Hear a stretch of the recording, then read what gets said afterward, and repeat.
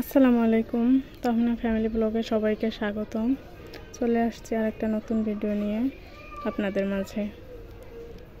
আপু ভাইয়েরা যে যেখানে আছেন সবার জন্য রইল শুভকামনা, দোয়া ও ভালোবাসা।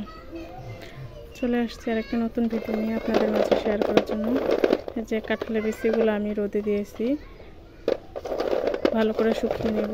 শুকিয়ে নিয়ে এগুলো আমি বেছে বেছে ভালো বিচিগুলো সংরক্ষণ করব, যাতে আনসিজনেও খেতে পারি। 12 মাস এই বিচি আমি খেতে পারবো।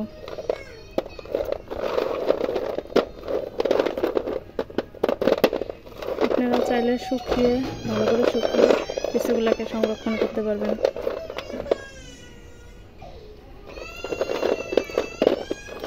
এখন যেহেতু কাঁঠালের সিজন, এখন বিচি অনেক পাওয়া যায়। কাঁঠাল খেলেই বিচি হয়, কিন্তু যখন প্রয়োজন হয় আনসিজনে কিন্তু বিচিটা পাওয়া যায় না, তখন আর কি এই বিচিটা কাজে দিবে। আমি এই কারণে ভালো করে শুকিয়ে নিচ্ছি, তারপর বেছে বেছে ভালোগুলোকে আর কি সংরক্ষণ করে রেখে দিব।